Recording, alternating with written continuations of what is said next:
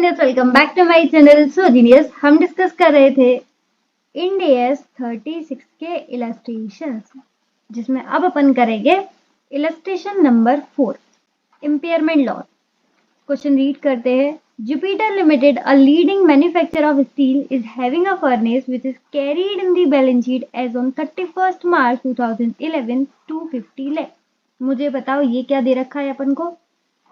ये जो 250 लाख है ये क्या दे रखा है, ये बैलेंस शीट में अमाउंट दे रखा है, यानी कि सिंपल हमारे लिए कैरिंग अमाउंट। बैलेंस शीट में कितना शो हो रहा है ये 31 मार्च 2011 को 250 लाख का। आगे देखते हैं। As at date the value in use and fair value, उसी दिन की बात है, उस दिन फेयर वैल्यू और वैल्यू इन यूज दोनों के दोनों कितने थे, 200 लाख।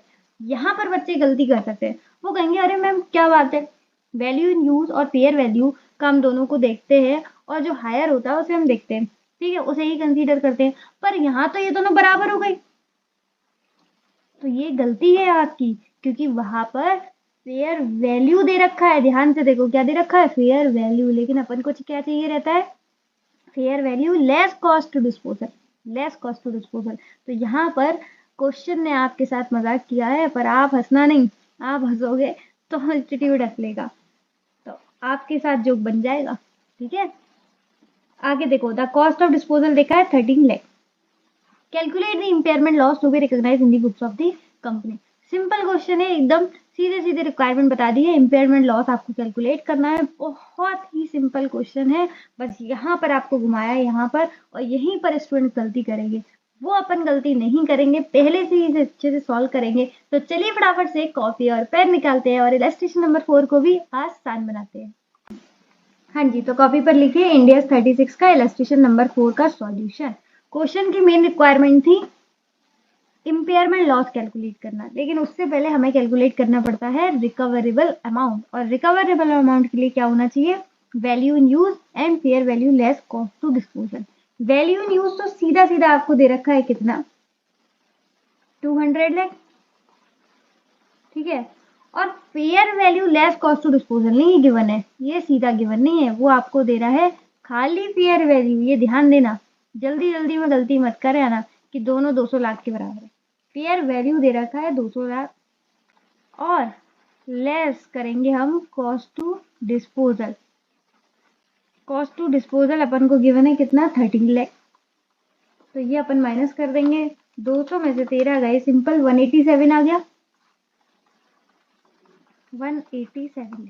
अब आप दोनों को कंपेयर कर सकते हो, ये आपका 200 लाख है, ये 187। अब घर के किसी बच्चे से पूछ सकते हो कि दोनों में हायर कौन है, तो हायर है हमारा वैल्यू इन यूज, हायर है हमारा वैल्यू इन यूज। तो हमारा रिकवरेबल अमाउंट किसके बराबर हो जाएगा, recoverable amount value in use के बराबर हो जाएगा, दैट इज 200 लाख, ठीक है। कौन सा लेते हैं अपन, विच एवर हायर, जो कि है वैल्यू इन यूज, ये नहीं है, ठीक है, क्योंकि fair value less cost to disposal consider करते हैं, जो कि है 187 लाख, ठीक है। नेक्स्ट जो क्वेश्चन की मेन रिक्वायरमेंट है इम्पेयरमेंट लॉस, ये कैसे कैलकुलेट होता है, जो भी कैरिंग अमाउंट बुक्स में शो हो रहा है, कितना शो हो रहा था एक बार देखते हैं क्वेश्चन में, 250 लाख, 250 लाख शो हो रहा है, लेकिन अब अगर उसका देखा जाए तो रिकवरेबल अमाउंट कितना है, सिर्फ और सिर्फ 200 लाख। दैट मीन्स कि हमारी जो एसेट है वो गिर गई है, कितने से गिर गई है, 50 लाख से। तो 50 लाख हमारा क्या हो जाएगा, इम्पेयरमेंट लॉस, ठीक है। तो यहाँ पर हमारा फाइनल जो उनकी रिक्वायरमेंट थी वो कंप्लीट हो चुकी है, that is impairment loss 50 lakh. Question simple था, बस यहीं पर आपको ध्यान देने वाली बात है कि फेयर वैल्यू दे रखा है, वो fair value less cost to disposal आपको खुद कैलकुलेट करना पड़ेगा, तभी आपको दोनों को कंपेयर करना है, ठीक है। बस ये छोटी सी बात थी जो आपकी समझने वाली है, बाकी क्वेश्चन बहुत आसान था, आपको भी उम्मीद है आसान लगा हो। तो बस फटाफट लाइक शेयर एंड सब्सक्राइब कर दो चैनल को, और आज के लिए बस इतना ही। इसी के साथ इसी तरीके से खुश रहिए, मुस्कुराते रहिए, मिलते हैं नेक्स्ट वीडियो में, तब तक के लिए bye bye, be happy always.